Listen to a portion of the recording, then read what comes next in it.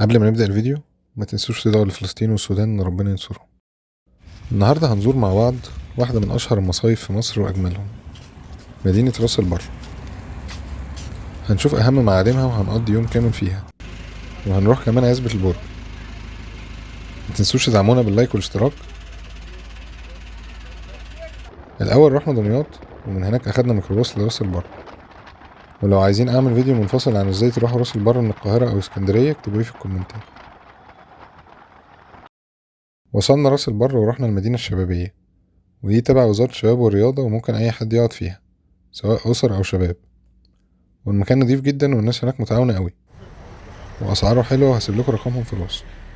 وفي هناك اوض ثنائية وثلاثية ورباعية، ومعظم الاوض مكيفة. حطينا حاجتنا واستعدينا للانطلاق. ركبنا المعدية عشان نعدي لعزبة البرج. عزبة البرج هي قرية بيفصل بينها وبين راس البر النيل، وبيميزها الوان بيوتها اللي على النيل على طول اللي بتدي منظر جميل. اول ما تعدي عزبة البرج هتلاقي بياعين السمك، وعندهم انواع كتير، وده لان عزبة البرج اهلها شغالين في الصيد وفي صناعة المراكب.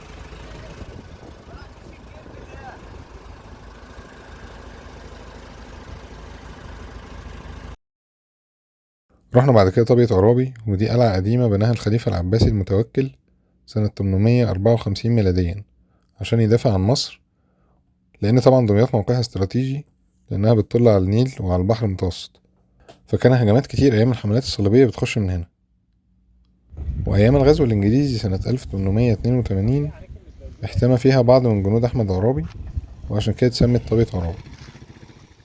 للأسف الطابية مهملة دلوقتي رغم إنها من الآثار المهمة، وأتمنى إن وزارة الآثار تهتم بيها وتبقى مزار سياحي زي قلعة قايتباي مثلا وغيرها من القلاع على البحر المتوسط. ورا القلعة على طول شفنا المكان اللي بيصنعوا فيه السفن، وبيقولوا إن السفن اللي بتتصنع هناك بيستخدموها في الصيد، وفي منها كمان بيتصدر لأوروبا. رجعنا راس البر وتمشينا شوية في شوارعها، ورحنا بلبول عشان نجيب مشبك. محافظة دمياط مشهورة بالحلويات وخاصة المشبك، وفي محلات كتير قوي في دمياط وفي دمياط الجديدة وفي راس البر بتعمل حلويات. شفنا بعد كده أكبر مساجد راس البر مسجد الرحمة. أجمل حاجة في راس البر إن كل البيوت متصممة على نفس الشكل، والسقف بتاعها كمان بيخلي شكل البلد جميل ومتناسق.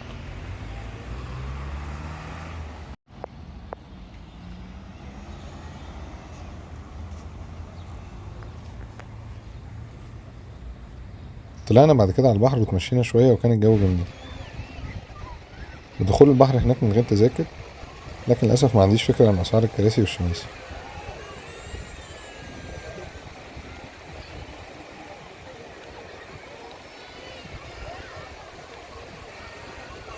اتجهنا لمنطقة اللسان، وده يعتبر أهم مكان في راس البر، لأن ده المكان اللي بيتقابل عنده النيل مع البحر. نهر النيل أطول نهر في العالم، بتبدأ رحلته من أثيوبيا والدول اللي حواليها، وبتنتهي رحلته عند البحر المتوسط في مكانين في مصر، رشيد ودمياط. واحنا دلوقتي واقفين عند نهاية فرع دمياط. مرج البحرين يلتقيان بينهما برزخ لا يبغيان فبأي آلاء ربكما تكذبان يخرج منهما اللؤلؤ والمرجان.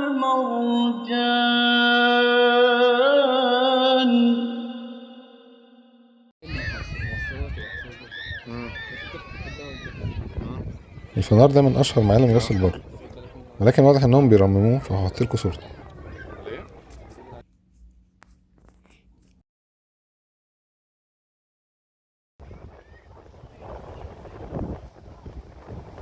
قعدنا شفنا الغروب، وأكلنا المشبك اللي كنا جبناه من شوية، وفضلنا قاعدين لحد بالليل.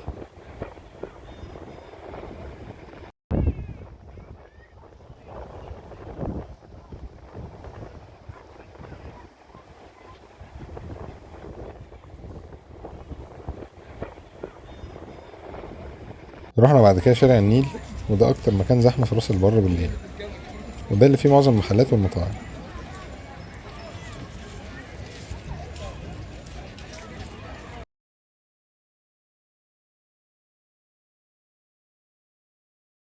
اتمشينا شوية وقعدنا على النيل شوية، وبعد كده رحنا عشان نجرب اللانش السريع. الرحلة كانت حوالي 5 دقايق ب150 جنيه، وبيكفي 6 أو 7 أفراد تقريبا، فالتكلفة بتتقسم، وكانت تجربة لطيفة.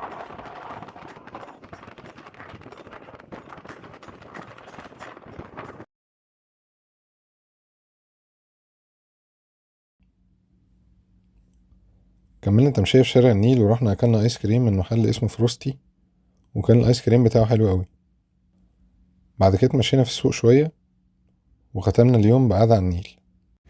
وبكده اليوم يكون خلص.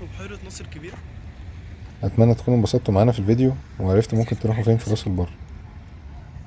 ولو في مكان تاني في راس البر أنا مقولتش عليه، ياريت تكتبولي في الكومنتات.